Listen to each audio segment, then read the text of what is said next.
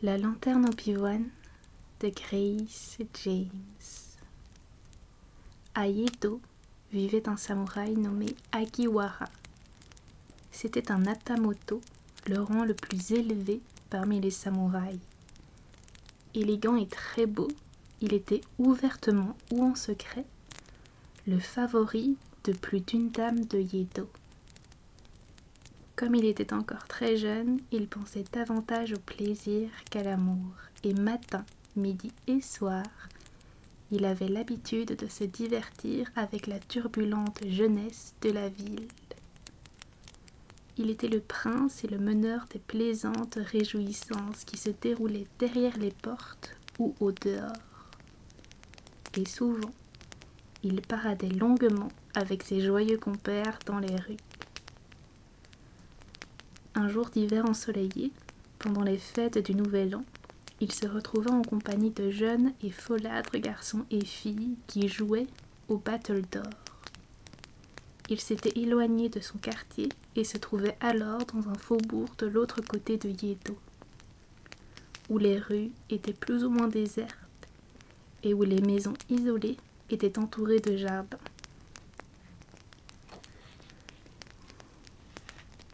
Agiwara maniait sa lourde raquette de Battledore avec beaucoup d'habileté et de grâce, frappant le volant doré et le faisant voler avec légèreté. Cependant, à cause d'un coup maladroit ou mal jugé, il l'envoya au-dessus des têtes des joueurs et par-dessus la clôture en bambou d'un jardin voisin. Aussitôt, il s'élança à sa poursuite. « Reviens, Agiwara, nous avons ici plus d'une douzaine de volants, s'écrièrent ses compagnons. Non, leur répondit-il, celui-ci était doré et en plume de colombe. Et alors, quelle importance, répliquèrent ses amis. Nous avons 6 autres volants dorés en plume de colombe. Mais Agiwara n'en tint pas compte. Un étrange désir de retrouver le volant qu'il avait perdu le poussa à escalader la clôture en bambou et à sauter dans le jardin de l'autre côté. Il avait repéré l'endroit où le volant avait dû tomber, mais il ne le trouva pas. Il chercha au pied de la barrière en bambou, mais il ne le trouva pas non plus. Il allait et venait, fouillant les buissons avec sa raquette, les yeux fixés sur le sol et soufflant bruyamment comme s'il avait perdu son plus cher trésor. Ses amis l'appelèrent, mais il ne répondit pas, et lassés de l'attendre, ils rentrèrent chez eux. La lumière du jour commençait à décliner. Agiwara le samouraï leva les yeux et vit une jeune fille à quelques mètres de lui. Elle lui faisait signe de la main droite et tenait dans sa main gauche un volant doré en plume de colombe. Le samouraï poussa un cri de joie et se mit à courir, mais la jeune fille s'éloigna tout en continuant à lui faire signe de la main droite. Attiré par le volant, il la suivit. Ils avancèrent ainsi tous les deux jusqu'à ce qu'ils se retrouvent devant la maison qui se dressait dans le jardin et les 3 marches de pierre de l'entrée. À côté de la première marche poussait un prunier en fleurs et sur la dernière marche se tenait une belle et très jeune femme. Elle portait de magnifiques habits réservés aux grandes occasions. Son kimono en soie de couleur marine possédait des manches de cérémonie si longues qu'elles touchaient le sol. En dessous, elle portait une robe écarlate. Sa large ceinture de brocart était rigide et pesante, richement recouverte d'or, des épingles en or, en écailles de tortue et en corail brillaient dans ses cheveux. En la voyant, Agiwara s'agenouilla immédiatement et lui rendit hommage jusqu'à ce que son front touche le sol, comme il convenait. Alors la femme lui adressa la parole en souriant de bonheur comme un enfant. « Soyez le bienvenu chez moi, Agiwara-sama, samouraï des Hatamoto. Je m'appelle Otsuyu, la dame de la rosée du matin. Ma chère servante, Oyone, vous a conduit jusqu'à moi. Entrez, Agiwara-sama, samouraï des Hatamoto. Je suis heureuse de vous voir, c'est un jour de fête. » Le samouraï entra, et elles le conduisirent dans une pièce d'une superficie de 10 tatamis, où elles le divertirent. La dame de la rosée du matin dansait à la façon des anciens, pendant que Oyone, sa servante, jouait d'un tambourin en boule écarlate.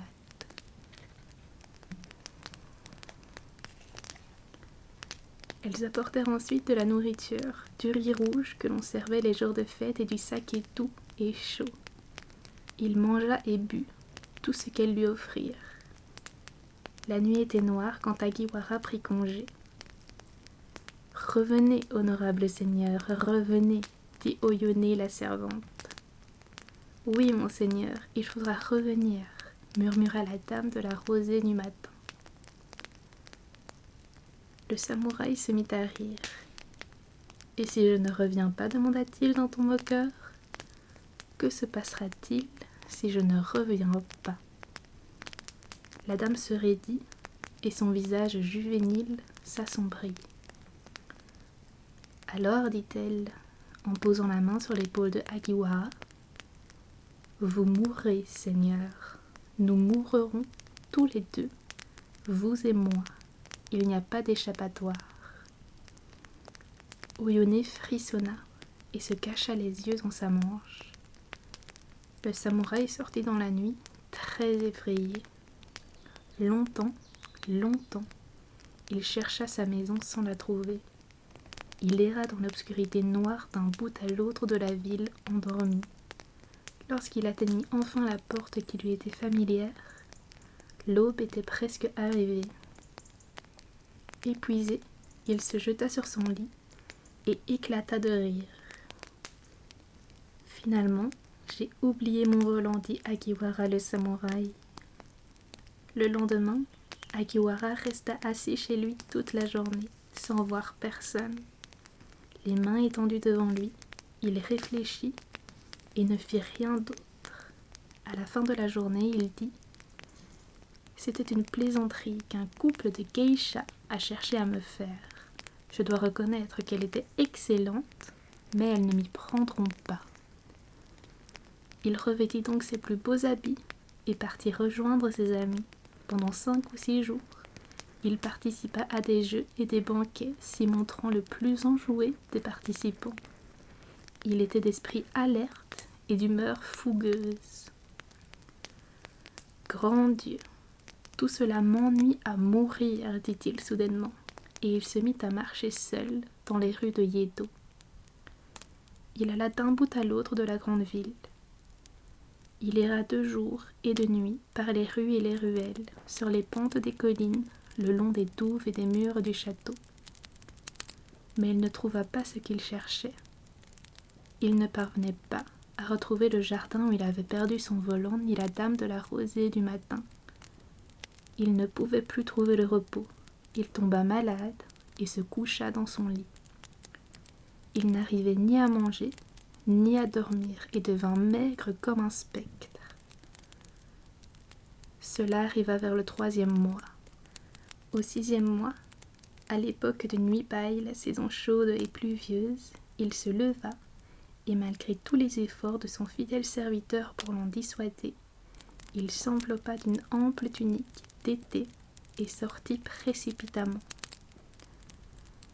« Hélas, hélas !» s'exclama le serviteur, « notre jeune homme a la fièvre, à moins qu'il ne soit devenu fou. » Agiwara ne chancela pas. Sans regarder à droite ou à gauche, il alla tout droit, car il se disait que tous les chemins menaient à la maison de son amour. Il arriva bientôt dans un calme faubourg et trouva une maison dont le jardin était entouré d'une barrière en bambou. Agiwara rit doucement et escalada la clôture. « Faisons pareil, exactement pareil que lors de notre première rencontre, » dit-il. Le jardin n'était plus entretenu et était envahi par la végétation. De la mousse recouvrait les 3 marches de pierre, le prunier qui était planté là agitait désespérément ses feuilles vertes. La maison était silencieuse, les volets étaient tous fermés. L'endroit était abandonné et désert. Le samouraï sentit le froid l'envahir alors qu'il restait planté là perplexe. Une pluie drue tombait. Un vieil homme entra dans le jardin et demanda à Agiwara « Seigneur, que faites-vous ici ?» « La fleur blanche du prunier est tombée, » dit le samouraï. « Où est la dame de la rosée du matin ?» « Elle est morte, » répondit le vieil homme. « Elle est morte il y a 5 ou 6 lunes, d'une maladie étrange et soudaine. Elle repose dans le cimetière sur la colline, et Oyone, sa servante, repose à ses côtés. Elle refusait de laisser sa maîtresse errer seule dans les ténèbres du Yomi. Par respect pour leurs tendres esprits, j'aimerais encore entretenir ce jardin, mais je suis vieux et je ne peux pas faire grand-chose. Ô Seigneur, elles sont vraiment mortes. L'herbe pousse sur leurs tombes. » Agiwara retourna chez lui. Il prit un morceau de bois blanc et écrivit dessus en grands caractères le nom de son amour. Il le posa, fit brûler devant celui-ci de l'encens et du parfum, et fit toutes les offrandes exigées et accomplit respectueusement tous les rites nécessaires au repos des âmes défuntes. Quand vint la fête de Obon, célébrant les retours des âmes, les braves gens de Yodo se munirent de lanternes et visitèrent leurs tombes. Chargés de nourriture et de fleurs, ils prenaient soin de leurs morts bien-aimés. Le 13e jour du 7e mois, qui est le grand jour du Obon, le samouraï Agiwara marchait dans son jardin pour profiter de la fraîcheur nocturne. Il n'y avait pas de vent et il faisait sombre. Le chant strident d'une cigale, caché dans le cœur d'une fleur de grenadier, résonnait par moments. De temps en temps, une carpe sautait dans l'étang rond. Pour le reste, tout était calme et pas une feuille ne bougeait. Vers l'heure du bœuf, Agiwara entendit un bruit de pas dans la ruelle, derrière la haie du jardin. Les pas se rapprochaient de plus en plus. « Des guettas de femmes », dit le samouraï. Il les reconnaissait à son creux de l'écho, regardant par-dessus la haie des rosiers. Il vit 2 femmes graciles qui sortaient de la pénombre en se tenant par la main. L'une d'elles portait une lanterne avec un bouquet de pivoine attaché à sa poignée. C'était une de ces lanternes qu'on utilise à l'époque du Obon pour le service des morts. Elle se balançait au rythme de la marche des 2 femmes et projetait une lumière incertaine. Lorsqu'elles arrivèrent à la hauteur du samouraï, de l'autre côté de la haie, elles tournèrent leur visage vers lui. Il les reconnut immédiatement et poussa un grand cri.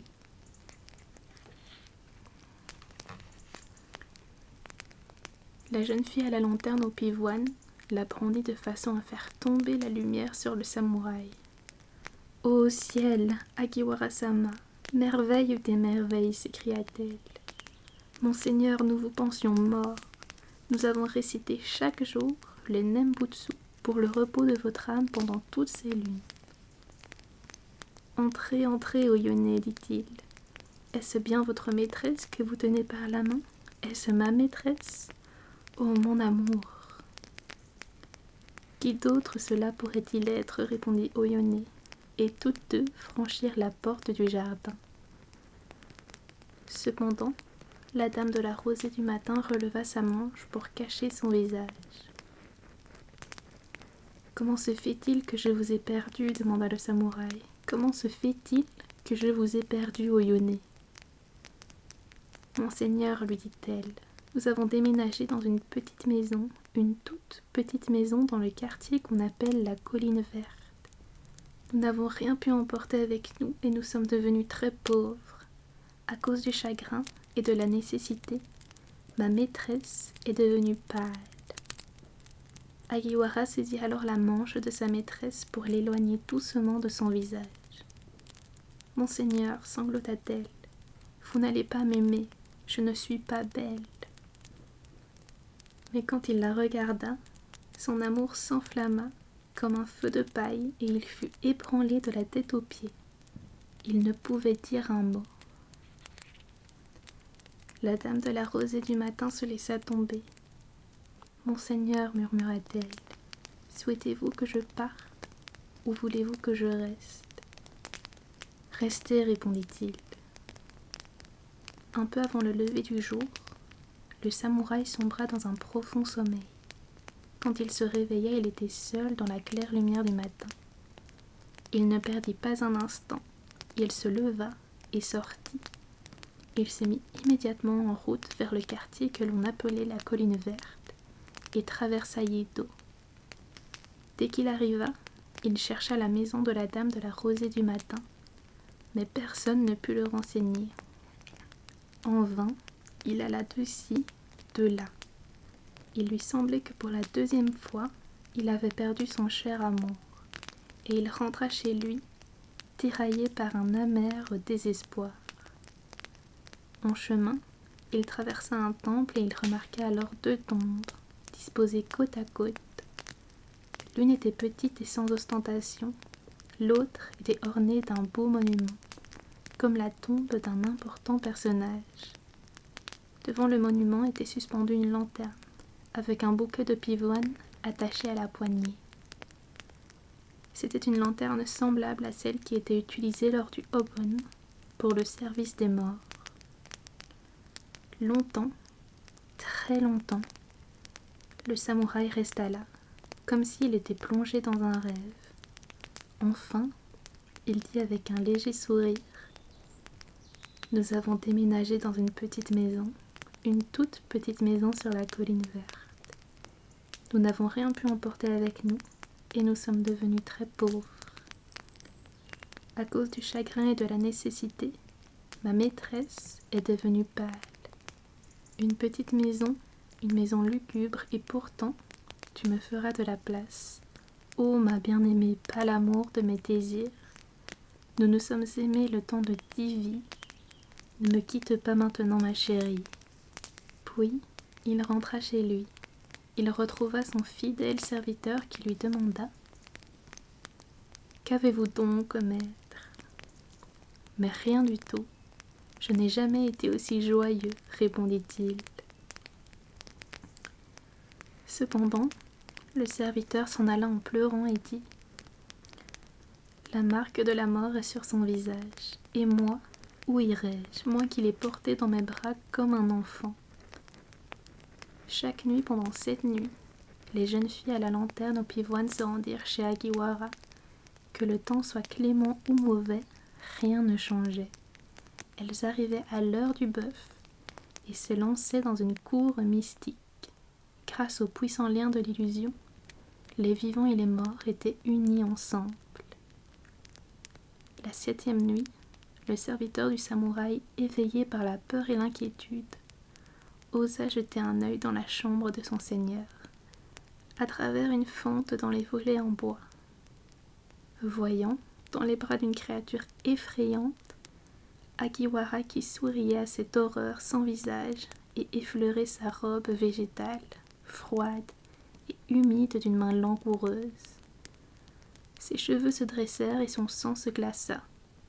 À l'aube, le serviteur se rendit chez un saint homme qu'il connaissait. Après avoir raconté son histoire, il lui demanda : « Est-ce qu'il y a un espoir pour Agiwara-sama ?»